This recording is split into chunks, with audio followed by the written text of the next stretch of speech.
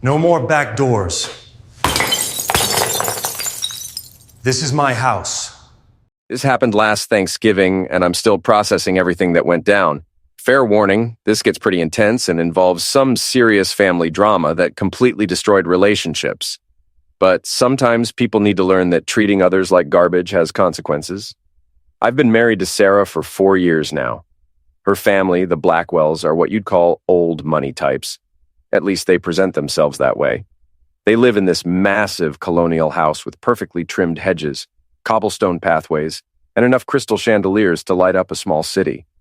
Everything about their lifestyle screams wealth and refinement, from the way they arrange their dinner parties to how they talk about their yearly trips to Martha's Vineyard. The problem is, I come from a completely different world. My dad worked construction his whole life. My mom cleaned offices at night to make ends meet. I put myself through college doing manual labor and gradually worked my way up in commercial real estate. Not glamorous work, but honest work that taught me the value of every dollar and every deal. From day one, the Blackwells made it crystal clear that I wasn't their kind of people. It started small, little comments about my humble beginnings or jokes about how Sarah had married down socially. They'd ask when I was going to get a real job in finance or law, completely dismissing the fact that I was actually doing quite well in property management. But the real humiliation came during family gatherings. Every single holiday, birthday party, or family barbecue followed the same degrading routine. I'd pull up to their circular driveway in my pickup truck, usually carrying some expensive bottle of wine or whiskey as a peace offering. I'd walk up to the front entrance like any normal guest would, only to have Sarah meet me at the door with that apologetic look in her eyes. "Kitchen entrance today," she'd whisper, glancing back to make sure her parents weren't watching. "You've been working all day, and guests are using the front door. You understand, right?" And like an idiot, I'd nod and walk around to the side of their house, past their manicured gardens and imported stone features, to enter through the service door like I was delivering groceries.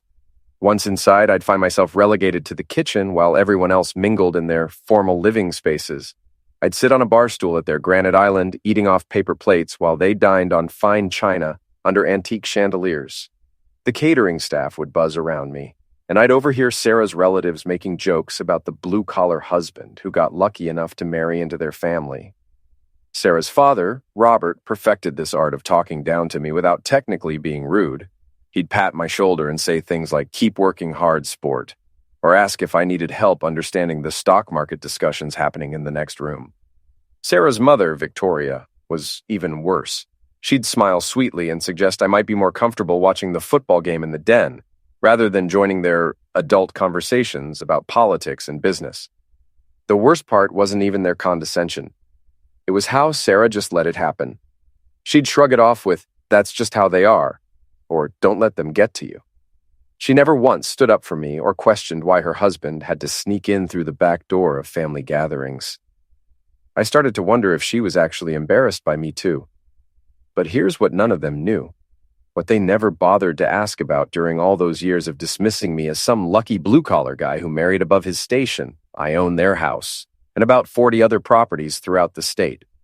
See, while they were busy playing aristocrat and looking down on my simple real estate work, I was quietly building one of the most successful commercial property empires in the region. My company, Sterling Holdings, manages everything from downtown office complexes to luxury apartment buildings. I've got contracts with the city, relationships with major developers, and a portfolio worth more money than their entire extended family could dream of. That beautiful colonial mansion they're so proud of, I bought it from the bank 3 years ago when they were 6 months behind on mortgage payments. Robert had made some spectacularly bad investments, and they were facing foreclosure. The bank was ready to auction it off when I stepped in and purchased it outright. I let them stay as tenants paying below market rent because Sarah begged me to save her childhood home. They had no idea their landlord was the same man they made eat Thanksgiving dinner in the kitchen. So last Thanksgiving arrives, and I'm going through the same humiliating routine I've endured for years. I show up with a bottle of aged scotch, something that costs more than most people spend on groceries in a month. Sarah meets me at the front door wearing this cream-colored dress that matches her mother's taste for neutral, expensive fabrics. "Guests are using the front entrance," she says without even looking me in the eye. "You've been working all day. You understand the situation, right?" I felt that familiar knot in my stomach, that mixture of anger and resignation I'd learned to swallow. But I nodded like always and handed over the scotch, our fingers brushing for just a moment before she turned away. I walked around to the kitchen entrance, my boots crunching on the gravel driveway they'd had professionally installed last summer. The irony wasn't lost on me that I'd technically paid for that driveway through property maintenance expenses. I passed by their newly landscaped gardens, their imported garden furniture, all the little touches they used to demonstrate their refined taste to the neighbors. The kitchen was already bustling with activity when I entered. Professional caterers in black uniforms were arranging appetizer trays, while the massive turkey roasted in their commercial-grade oven. I took my usual spot at the kitchen island, unbuttoned my flannel shirt at the collar, and poured myself a drink from the bottle I'd brought. The sounds of the dinner party drifted in from the formal dining room. Polite laughter, the clink of crystal wine glasses, conversations about vacation homes and private school tuition costs. I could hear Robert telling some story about his golf game while Victoria discussed the charity gala she was organizing. None of them acknowledged my presence, even though several of their guests walked through the kitchen and saw me sitting there like part of the hired help. Victoria swept into the kitchen wearing pearls that probably cost more than my truck. She paused when she saw me perched on the bar stool, her eyebrows raising slightly as she smoothed her cashmere cardigan. "Oh," she said with that fake smile that never reached her eyes. "I didn't realize you'd chosen kitchen duty tonight." She gestured toward the dining room where I could see their guests seated around the mahogany table under sparkling chandeliers. The table was set for 12 people with silk napkins folded into intricate shapes and enough silverware to stock a restaurant. "We have plenty of room at the table?" she continued, though her tone suggested otherwise. I kept my expression neutral and took another sip of scotch. "Just making sure everything runs smoothly," I replied, my voice as cool as I could manage. I'd learned over the years that showing emotion just gave them more ammunition to use against me. Victoria's smile tightened. "Well, Frank will handle the serving," she said, using the name Robert always called me when he thought no one important was listening. Then she clicked away on her designer heels, leaving me alone with my thoughts and the catering staff who at least treated me like a human being. I sat there picking at a turkey sandwich one of the caterers had made, watching my reflection in the stainless steel backsplash. Dark eyes, strong jawline, the face of a man who'd built everything he owned from nothing. They saw a working-class husband who'd gotten lucky. I saw someone who'd earned every inch of respect he deserved, even if these people were too blind to give it. The dining room continued its symphony of forced politeness while I ate my sandwich in the kitchen like a servant. I could hear them discussing non-essential topics, the weather, neighborhood gossip, complaints about their golf club's new policies. They laughed at inside jokes and shared stories about people I'd never be invited to meet. For years, I'd listened to them dismiss my work as playing with buildings, while they inherited their wealth and called it success. That's when everything changed. I was halfway through my dry sandwich when the front door opened with the kind of authority that makes everyone stop talking. A deep, commanding voice boomed through the house. That better be Victoria's famous stuffing I'm smelling, because I drove 2 hours for this meal. I didn't even have to look up to know who it was. Marcus Wellington, one of the most powerful commercial developers on the East Coast and my biggest client. His voice carried the weight of someone who'd closed billion-dollar deals and had city mayors on speed dial. What the hell was he doing here? Marcus walked into the kitchen like he owned every room he entered, his silver hair perfectly styled and his navy suit tailored to perfection. He had this presence that demanded attention from anyone with half a brain, the kind of natural authority that comes from years of making decisions that affect entire city blocks. He spotted me at the kitchen island, and his face lit up with genuine warmth. "Hey there, boss," he said loud enough for the entire house to hear. The word boss echoed through the kitchen and into the dining room like a bang. The effect was immediate and devastating. The entire house fell silent. No more polite chatter, no clinking glasses. Even the oven seemed to stop humming. I could see Sarah in the doorway, her wine glass trembling in her hand, her face drained of all color.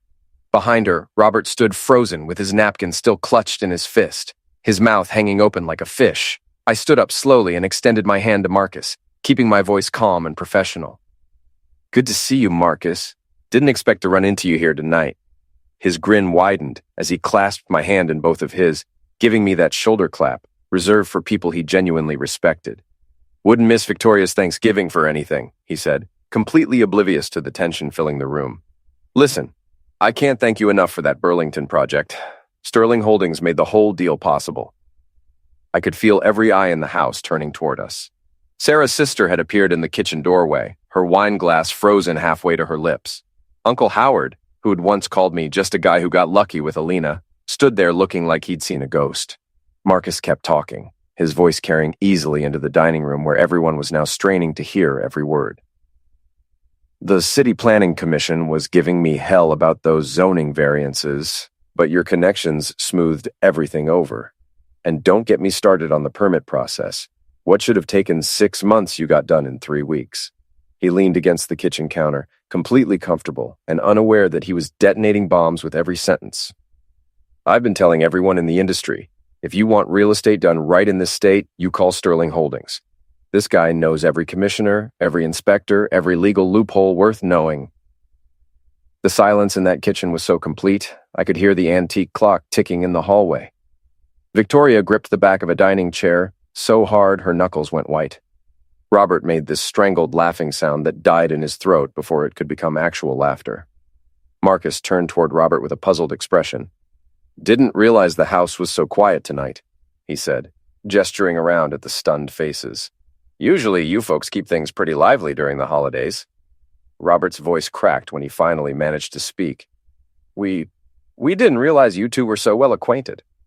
Marcus's eyebrows shot up in amusement. Acquainted? Hell, I wouldn't have made half my deals this year without Sterling Holdings backing me up. Your son-in-law here runs one of the most successful property management companies in the region. I trust him with deals worth tens of millions. The word millions hung in the air like a physical presence. I watched as the reality of what Marcus was saying sank into every face around me. These people who'd spent years calling me blue-collar, who'd made me eat in the kitchen while they toasted each other in the dining room, were slowly realizing they'd been completely wrong about who I was. Actually, Marcus continued, turning back to me with that conspiratorial tone successful men use when they're talking shop, I've got a couple new projects coming up that might interest you. That waterfront development we discussed? The investors are ready to move forward, but they want Sterling Holdings handling the property management side.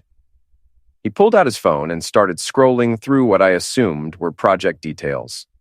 We're talking about a 50-unit luxury complex plus retail space on the ground floor. The kind of project that could define a city's downtown for the next 20 years. I nodded professionally, aware that everyone was hanging on our conversation like it was a soap opera. Send me the details and I'll review the numbers, I said, keeping my voice level despite the satisfaction burning in my chest. Marcus clapped me on the back one more time. You're the reason I stay ahead of schedule and under budget on these builds. Even my competitors ask me who handles my properties. I tell them straight up, if you want the best in the business, you call Sterling Holdings. Sarah finally found her voice, though it came out as barely more than a whisper. You own a company? I met her eyes for the first time that night and let the silence stretch between us. Several, I said quietly. Victoria's wine glass slipped from her fingers and shattered on the kitchen floor, red wine spreading across the white tile like blood. She stared at the mess for a moment, then looked back at me with an expression I'd never seen before, something between shock and fear. Marcus seemed to finally pick up on the tension in the room. Listen, I should probably get back to my family, he said, though he was clearly curious about what he'd walked into. But, seriously, thank you again for everything this year. Sterling Holdings has been a game changer for my business. After Marcus left, the kitchen remained frozen in stunned silence. Robert was still standing in the doorway, his face cycling through different shades of pale. Sarah's mother had started to clean up the broken wine glass with shaking hands, her pearls clicking against each other with each nervous movement. I could hear whispers starting up in the dining room, fragments of conversations as their guests tried to process what they'd just witnessed. Someone mentioned my company name. Someone else was asking how long I'd been in commercial real estate. The careful social order they'd maintained for years was cracking apart in real time. Robert finally managed to speak, his voice thin and strained. You own buildings? I took another sip of scotch and met his gaze steadily. 43 properties across 3 states, I said. Office buildings, apartment complexes, retail spaces. Sterling Holdings manages about $200 million in commercial real estate. The number hit him like a physical blow. He actually stepped backward, his hand reaching for the doorframe to steady himself. Victoria made a small sound that might have been a sob or a gasp. Sarah was staring at me like she'd never seen me before, her mouth opening and closing without any sound coming out. In that moment, I realized she genuinely had no idea who she'd married. She'd been so convinced by her family's narrative about me that she'd never bothered to ask what I actually did for a living. I stood up from the bar stool and straightened my flannel shirt, feeling taller than I had in years. "I need to get going," I said, my voice calm and controlled. "Early meeting tomorrow with the planning commission about a new development downtown." I walked past them toward the kitchen door, then stopped and turned back. "By the way, the rent check is due on the 1st of the month, same as always." The confusion on their faces was almost comical. Robert's brow furrowed as he tried to process what I'd said. "Rent check?" I smiled for the first time that night, a cold expression that didn't reach my eyes. "For the house, Robert. Your lease payment to Sterling Holdings. 3 years running now, though I don't think we've ever met in person during a business transaction." The truth hit them like a tsunami. Victoria actually grabbed the counter to keep from falling over. Robert's face went from pale to completely gray. Sarah's eyes went wide with a horror I'd never seen before. "You're our landlord," Sarah whispered. "Have been since you were 6 months behind on your mortgage payments," I confirmed. "The bank was ready to foreclose when I bought the property. You're welcome, by the way." I walked out through the front door that time, leaving them to process the wreckage of everything they thought they knew. The night air was cold and clean, and I felt lighter than I had in years. Behind me, I could hear raised voices starting up. Confusion, anger, panic as they tried to figure out how they'd gotten everything so wrong. The next few weeks were when things got really interesting. See, the Blackwells didn't take this revelation well. Instead of maybe reflecting on how they'd treated me or attempting some kind of apology, they decided to go on the offensive. It started with anonymous phone calls to city inspectors reporting supposed violations at my properties, fire code issues that didn't exist, safety problems that were pure fiction. Then came the fake online reviews from accounts with no history, claiming I was a slumlord who pressured tenants and ignored maintenance requests.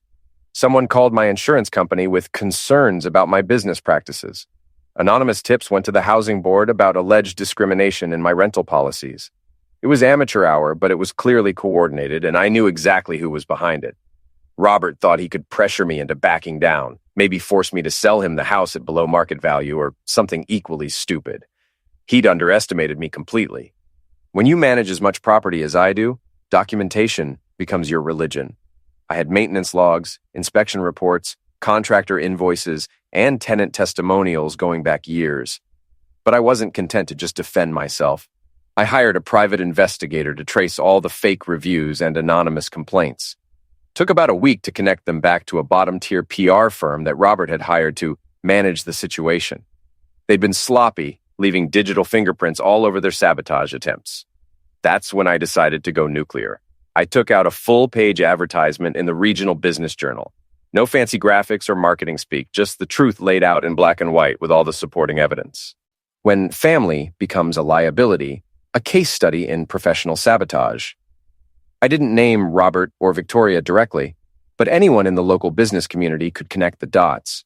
The fake review screenshots with their timestamps, the phone logs showing calls from the same number to multiple agencies, even email chains the PI had obtained showing the coordination of their campaign. The fallout was swift and brutal. Robert's own development projects started facing mysterious delays. Permits that should have been routine got lost in the system. City inspectors suddenly became very thorough when reviewing his applications. Investors began pulling out of his deals, citing reputational concerns. Victoria's charity work dried up overnight. The society ladies who'd once competed for invitations to her dinner parties suddenly had scheduling conflicts. Their country club membership got reviewed for the first time in 20 years. Sarah called me every day for 2 weeks, leaving voicemails that started angry and gradually became desperate. "You're destroying my family," she sobbed in one message. "This isn't who you are. We can fix this if we just talk." But I was done talking. I was done pretending their approval mattered to me. I was done being the man who used the back door while they celebrated in the front of the house. Robert tried one last desperate play about a month after Thanksgiving. He called me up, his voice artificially jovial, and invited me for a family dinner to clear the air. Just the four of us. he promised. No guests, no show. I agreed, mostly because I was curious what kind of scheme he'd cooked up. When I arrived at the house, my house, that night, they'd set the dining room table for 4 with their finest china and crystal. Robert greeted me at the front door with a handshake that felt rehearsed, his smile stretched so wide it looked painful. The dinner itself was a formality: overcooked chicken, vegetables that had seen better days, and conversation so forced it was almost comedic. Robert waited until the plates were cleared before he made his pitch. "We've been working on a new development concept," he began, pulling out a manila folder filled with architectural renderings and financial projections. "Mixed-use space downtown, retail on the ground floor, luxury apartments above. We think it could be a real game changer for the city." He slid the folder across the table like he was presenting the Holy Grail. "Obviously, we'd need a partner with experience and capital. Someone who understands the local market and has the right connections."